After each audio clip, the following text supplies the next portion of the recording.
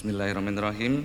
Yang saya hormati Bapak Edi Priyono, Deputi 3, sahabat saya, Deputi 3 Kepala Staf Presiden RI.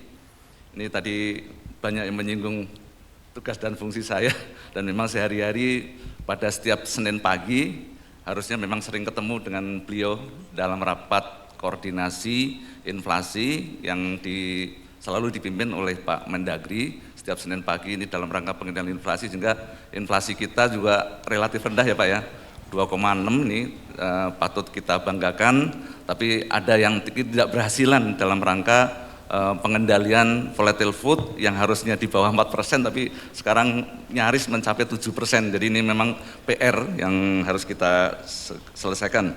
Yang saya hormati juga Pak Bram S. Putro, Founder CEO The Economic, Bapak Arif Hatta, pemimpin redaksi The Economic. Yang saya hormati Bapak Alex Mulya, Director of Research and Brand Strategy The Economic, para CEO, pimpinan perusahaan, Bapak Ibu yang mohon maaf dengan tanpa rasa menghormati, kurang menghormati saya, tidak kami sebutkan satu persatu. Assalamualaikum warahmatullahi wabarakatuh. Om Swastiastu, Namo Buddhaya, salam kebajikan, salam. Pertama dan yang utama tentu mari kita panjatkan puji syukur kehadirat Allah Subhanahu wa Ta'ala, Tuhan Yang Maha Esa, atas berkat rahmat dan karunia-Nya pada siang hari ini kita dipertemukan dalam rangka 5 tahun yang ke 5 tahun anniversary yang kelima, anniversary yang kelima Indonesia Best 100 CEO Award tahun 2024. Saya di sini mewakili Pak Menteri Perdagangan. Mohon maaf karena pada sore hari ini ada beberapa agenda yang beliau tidak dapat tinggalkan.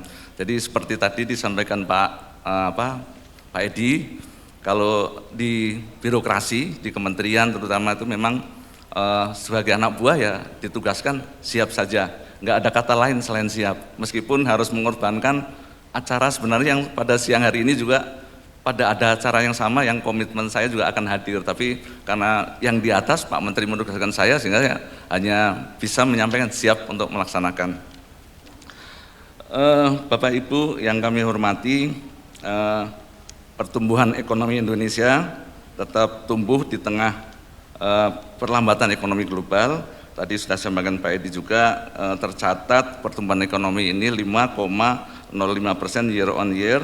Ini tumbuh cukup membanggakan di tengah perlambatan ekonomi global. Untuk sektor perdagangan tumbuh sebesar 12,93% pada tahun 2023, menjadi salah satu penopang pertumbuhan ekonomi Indonesia. Pertumbuhan sektor ini mengalami peningkatan dibanding tahun 2022 yang tumbuh sebesar 12,85%. Untuk tingkat inflasi seperti tadi sudah disampaikan juga terbilang cukup rendah, 2,61%. Hal ini juga mencatat rekor sebagai tingkat inflasi terendah selama 20 tahun terakhir. Selain inflasi, kinerja ekspor Indonesia tahun 2023 juga relatif baik dengan tetap tumbuh di tengah krisis ekonomi global yang membayangi. Selama tahun 2023 ini neraca perdagangan Indonesia tetap surplus sebesar 36,91 miliar US dollar, dan ini Indonesia berhasil mencatatkan diri tren periode surplus selama 45 bulan dan menjadi periode surplus terpanjang selama 15 tahun terakhir. Ini tentu berkat kerjasama bukan Kementerian Perdagangan, tapi berkat kerjasama Bapak Ibu sekalian, terutama pelaku usaha dan tentu dengan dukungan kebijakan dari pemerintah melalui kebijakan-kebijakan yang menyehatkan. Bapak Ibu yang kami hormati, di tengah ancaman resesi global, pemerintah juga terus melakukan berbagai upaya untuk menjaga kinerja perdagangan di dalam dan di luar negeri. Di dalam negeri kami juga terus berkolaborasi, bekerja sama untuk menjaga harga barang kebutuhan pokok tetap stabil serta tercukupi. Ini yang menjadi kesulitan tersendiri bagi Kementerian Perdagangan, karena di Kementerian Perdagangan bukan hanya karena berada di tengah-tengah, jadi harus menjaga keseimbangan antara hulu dan hilir.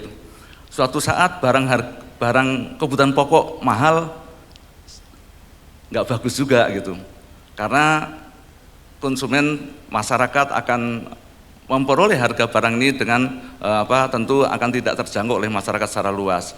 Saat harga barang komoditi tertentu terlalu rendah, ini juga tidak baik buat konsumen menguntungkan, tapi buat produsen tentu ini juga tidak menyehatkan, karena keberlangsungan produksi tentu akan sangat terganggu. Seperti saat ini ada beberapa komoditi, tadi Pak Deputi sudah menyampaikan beras kita karena ada mengalami keterlambatan panen, ada pergeseran panen, dan ya mudah-mudahan karena panen sudah mulai muncul di awal bulan Maret ini, harga beras sudah perlahan mulai mengalami penurunan. Jadi izin Pak Deputi, baru kemarin saya ke pasar bersama Pak Menteri 2 hari berturut-turut sudah mulai ada pergerakan turun harga, terutama untuk beras yang harga premium Pak. Beras premium kemarin harga turun berkisar antara Rp500 sampai dengan Rp1.000. Jadi memang tergantung dari asal beras. Asal beras Kerawang sudah mulai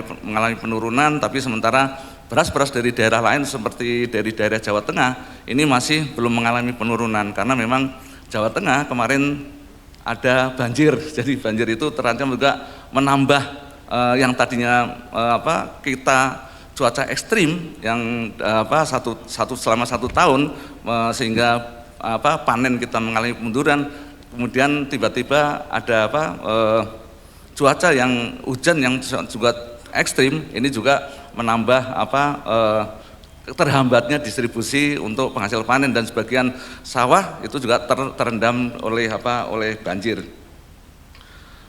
Bapak Ibu yang sekalian, jadi tadi seperti Pak Deputi sampaikan bahwa inflasi kita cukup rendah, namun volatile food kita belum bisa menjaga harga barang itu relatif berfluktuasi. Jadi memang barang-barang kita, sebagian barang-barang pokok masih banyak yang diimpor, 100% impor masih ada, terigu kita 100% impor, kemudian daging juga sebagian masih impor lebih dari 40%, kemudian gula lebih dari 20% juga kita perlu dukungan impor, terus kemudian beras kita karena mengalami pergeseran, sehingga tahun ini pemerintah mengimportasi lumayan besar. Di tahun 2023 impor hampir yang disetujui oleh pemerintah melalui rapat koordinasi ini mencapai 3,6 juta ton, tapi yang terrealisir tidak sampai 3 juta ton. Dan ini tentu karena beberapa negara juga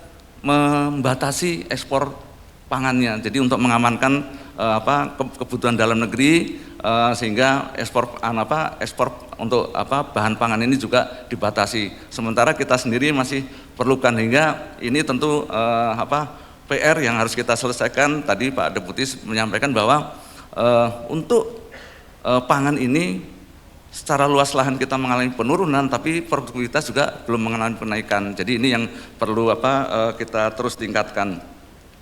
Bapak Ibu yang kami hormati, dari sisi pelaku usaha kami juga terus meningkatkan peran usaha mikro, kecil dan menengah dalam ekosistem perdagangan nasional, diantaranya dengan mendorong kemitraan UMKM dengan retail modern, marketplace, serta lembaga pembiayaan.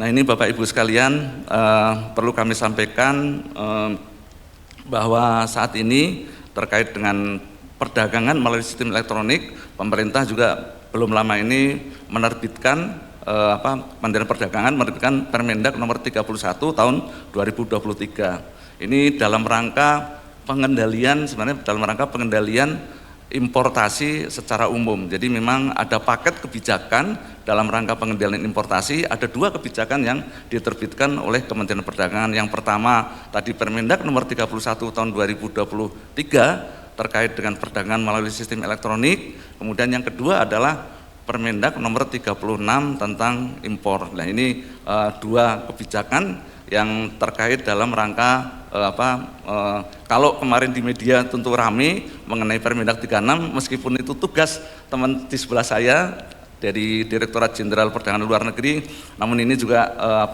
di media ini yang cukup ramai, khususnya di media sosial ya Pak, pada Putih, di media sosial cukup ramai khususnya mengenai barang bawaan atau istilah yang kita dengan jasa titipan, jastip.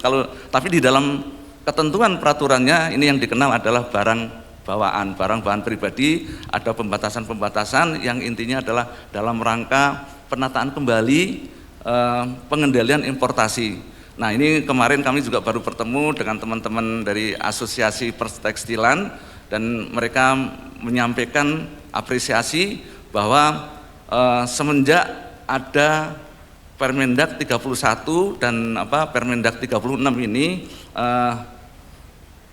kinerja untuk kapasitas kapasitas terpasang ini menjadi naik dari 45% sekarang naik menjadi 62%. Tentu ini kabar yang cukup menggembirakan, sehingga harapannya tentu ini akan naik terus kembali dengan mulai pembatasan atau pengendalian importasi khususnya untuk barang-barang konsumsi. Bapak Ibu yang kami hormati, untuk sisi lain dalam rangka perlindungan konsumen di dalam negeri, kami juga meningkatkan pengawasan terhadap peredaran barang khususnya untuk produk ilegal seperti pakaian bekas, tas, sepatu impor, yang ini tentu tentu ini juga merugikan industri dalam negeri. Nah, ini yang tentu dari hal-hal ini diharapkan industri dalam negeri juga terus tumbuh, di samping ada program-program juga dalam rangka bangga buatan Indonesia atau BBI di bawah koordinasi Kementerian Koordinasi Bidang Maritim dan Investasi. Nah, ini Bapak Ibu sekalian kami hormati, tentu kami juga berharap upaya ini juga dapat didukung oleh seluruh pelaku usaha, baik seluruh pelaku domestik, untuk membangkitkan kembali iklim usaha dan perdagangan produk Indonesia khususnya tekstil dan pakaian jadi. Jadi kami sampaikan untuk tekstil, khususnya barang tekstil ini sebenarnya yang dilarang itu adalah importasi pakaian bekasnya. Untuk perdagangan dalam negeri yang thrifting itu sebenarnya nggak dilarang, dan ini yang harus kita luruskan.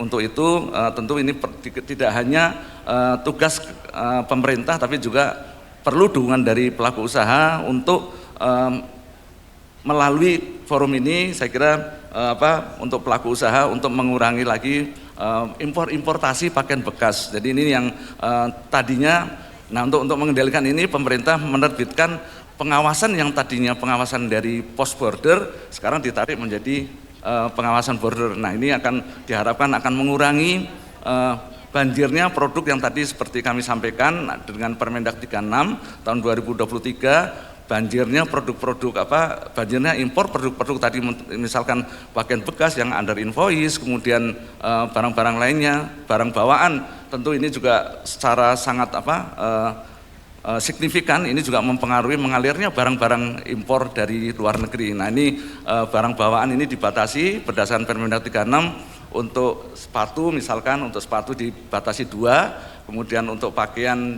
tekstil ini dibatasi 5 dan lain sebagainya. Nah, ini tapi sisanya kan tidak dilarang, tapi lebih ke harus membayar biaya masuk. Jadi ini mohon yang ada di media sosial yang ramai sekarang ini untuk mudah-mudahan bisa diminimalisir melalui Bapak Ibu sekalian. Bapak Ibu yang kami hormati, saat ini kita juga berupaya, tadi sampaikan Pak Deputi, cita-cita Indonesia sebagai negara maju dan visi Indonesia Emas 2025 ini dapat terwujud. Namun kita sebenarnya sudah punya modal yang cukup kuat dengan bonus demografi. Namun dengan bonus demografi ini saya kira tidak cukup, namun juga harus ada iklim usaha yang baik, iklim usaha yang sehat. Ini tentu dengan tadi Undang-Undang Cipta Kerja. Saat ini pemerintah juga sedang berupaya untuk melakukan revisi terkait dengan PP 5 yang ini juga dari turunan Undang-Undang Cipta Kerja. Satu yang menjadi catatan sebenarnya adalah tingkat kewirausahaan kita yang tidak relatif tinggi, ini juga baik dari skor maupun dari tingkat peringkat di bawah dibanding dengan negara-negara ASEAN, kita juga masih ketinggalan. Nah, untuk itu saya kira forum yang baik ini, forum CEO penghargaan terhadap CEO ini juga bisa mendorong tingkat kewirausahaan kita yang ini akan tentu sebagai modal, di samping tadi modal untuk modal melalui bonus demografi, tapi juga dari SDM kita dengan kewirausahaan yang tinggi. Tadi seperti disampaikan bahwa tidak cukup hanya lapangan usaha dari pemerintah, karena lapangan usaha dari pemerintah tidak cukup banyak, sehingga perlu penciptaan lapangan-lapangan kerja yang dari swasta. Dan melalui forum ini saya kira dengan forum CEO ini akan meningkatkan motivasi untuk melahirkan wirausahawan sehingga juga yang tadinya tingkat kewirausahaan kita masih cukup rendah, ini yang masih sekitar 3%, ini juga masih bisa meningkat, tidak kalah dengan negara-negara tetangga kita seperti Malaysia sudah di atas 4, kemudian Thailand juga di atas 4. Ini saya kira ini bisa ditingkatkan lebih baik lagi. Untuk mencapai cita-cita besar itu kita tentu harus berkolaborasi dan bekerja sama, dan juga berani mengambil risiko serta mampu menciptakan peluang usaha baik di pasar domestik maupun pasar global. Inilah nilai-nilai harus dimiliki oleh para CEO di Indonesia, dan saya meyakini bahwa CEO terbaik yang terpilih pada hari ini adalah para pemimpin yang dapat membawa institusi atau perusahaan yang dipimpinnya menjadi perusahaan kelas dunia. Akhir kata, saya ucapkan selamat kepada 100 CEO yang terbaik yang terpilih pada tahun ini. Semoga kita semua dapat terinspirasi untuk turut berkolaborasi dalam mewujudkan peningkatan pertumbuhan ekonomi Indonesia menuju cita-cita Indonesia Emas tahun 2045. Selain itu, semoga kita dapat memanfaatkan peluang dan potensi yang dimiliki Indonesia untuk membangun dan mewujudkan Indonesia yang maju dan sejahtera. Demikian, terima kasih. Akhirul kalam, wabillahi taufiq wal hidayah. Wassalamualaikum warahmatullahi wabarakatuh. Om Santi Santi Om. Mohon izin Bapak, mohon untuk tetap di atas panggung, ada kenang-kenangan yang ingin disampaikan. Dan untuk itu kami undang dengan hormat kepada Bapak Bram S. Putro untuk dapat memberikan kenang-kenangan kepada keynote speakers kita. Dan kita mohon Pak Is boleh maju Pak, berada di tengah. Iya, baik, terima kasih. Dan juga sekaligus setelah ini Pak Is akan mewakili Presiden Republik Indonesia, betul sekali, yaitu Bapak Insinyur Haji Joko Widodo, untuk dapat menerima penghargaan. Betul sekali, selaku Popular Public Leader 2024 ya, diwakili oleh Bapak Is untuk menerima penghargaan. Namun sebelumnya Pak Is akan menerima terlebih dahulu kenang-kenangan sebagai keynote speakers, dan selanjutnya Bapak Dr. Andes Is Karim MSI selaku Direktur Jenderal Perdagangan Dalam Negeri Kementerian Perdagangan Republik Indonesia mewakili Bapak Presiden Republik Indonesia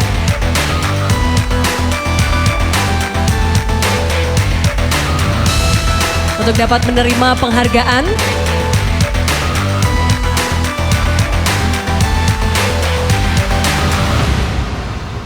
sebagai Popular Public Leader 2024 diberikan kepada yang terhormat Bapak Insinyur Haji Joko Widodo, dan juga mewakili Menteri Perdagangan Republik Indonesia yaitu Dr. Honoris Causa Haji Zulkifli Hasan SEMM